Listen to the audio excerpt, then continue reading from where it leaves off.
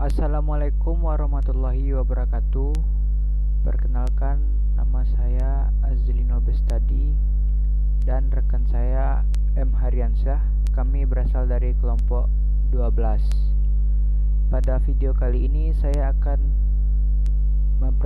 kami akan mempresentasikan hasil PowerPoint yang telah kami buat, yaitu mengenai pengidentifikasian manajemen risiko. Baik, pada materi kali ini kita akan membahas 3 pokok bahasan. Yang pertama yaitu pengertian pengidentifikasian risiko. Yang kedua, metode pengidentifikasian risiko. Dan yang ketiga, manfaat dan klasifikasi kerugian potensial. Definisi: identifikasi risiko adalah usaha untuk menemukan atau mengetahui risiko-risiko yang mungkin timbul dalam kegiatan yang dilakukan oleh perusahaan atau perorangan. Berdasarkan standar ISO atau IEC, identifikasi risiko memegang peranan penting pada penilaian risiko. Baik identifikasi maupun penilaian risiko merupakan rangkaian tahap dari manajemen risiko. Identifikasi risiko penting karena merupakan tahap pertama yang harus dilakukan, karena dalam tahap ini dilakukan penentuan risiko-risiko beserta karakteristiknya yang mungkin akan mempengaruhi organisasi. Terdapat beberapa metode dalam identifikasi risiko. Yang pertama, kuesioner. Mendistribusikan kuesioner kepada staf dan relawan tentang pengamatan risiko dan pengetahuan tentang prosedur manajemen risiko. Ada kemungkinan orang-orang di dalam organisasi mengetahui risiko yang sebelumnya tidak diidentifikasi dalam audit manajemen risiko. Kuesioner manajemen risiko dapat membantu mengingat kejadian tertentu dan mendorong orang untuk memberikan pendapat mereka mengenai risiko yang dirasakan. Yang kedua, arsip organisasi. Meninjau dokumen pada organisasi dapat menghasilkan informasi tentang eksposur risiko. Namun, aspek audit risiko ini mungkin memerlukan banyak waktu. Yang ketiga, pembuatan flowchart. Strategi identifikasi risiko yang bermanfaat adalah membuat bagan alur untuk organisasi dan penyampaian program, acara dan layanan yang disediakan oleh organisasi. Manfaat dari diagram alur ke progres identifikasi risiko adalah pengidentifikasi cara yang mungkin di mana proses dasar dalam manajemen organisasi dapat terganggu. Setiap gangguan yang dihadapi menjadi sebuah potensi kerugian suatu perusahaan atau organisasi.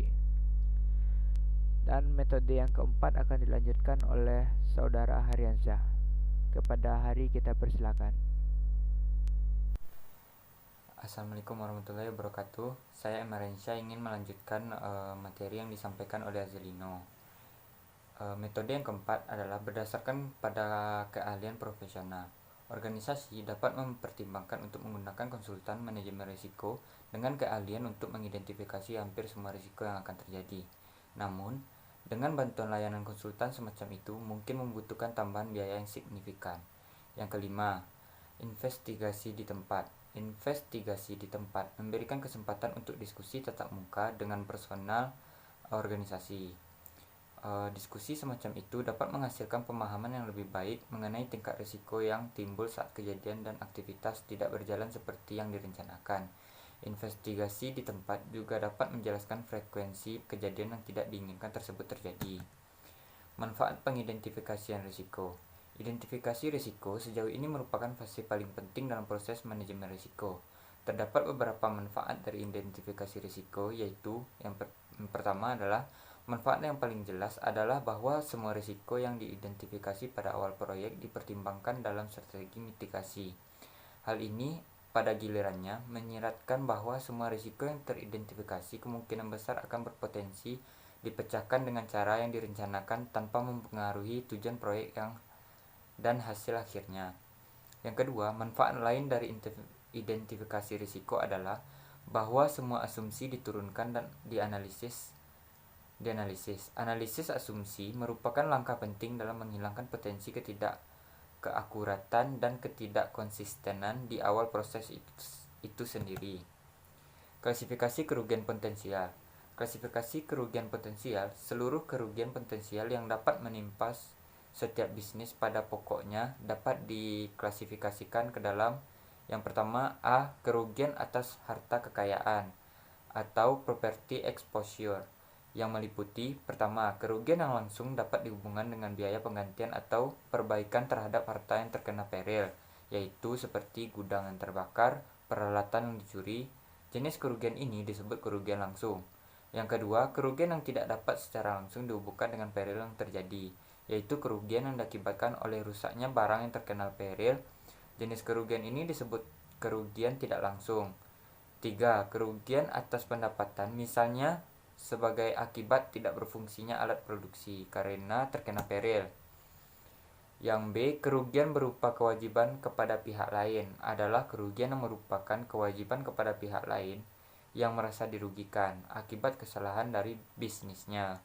Yang C adalah kerugian personil, kerugian akibat peril yang menimpa personil atau orang-orang yang menjadi anggota dari karyawan perusahaan, termasuk keluarganya. Terima kasih, sekian dari saya. Jika ada masalah kata dan kekurangan materi, saya mohon maaf.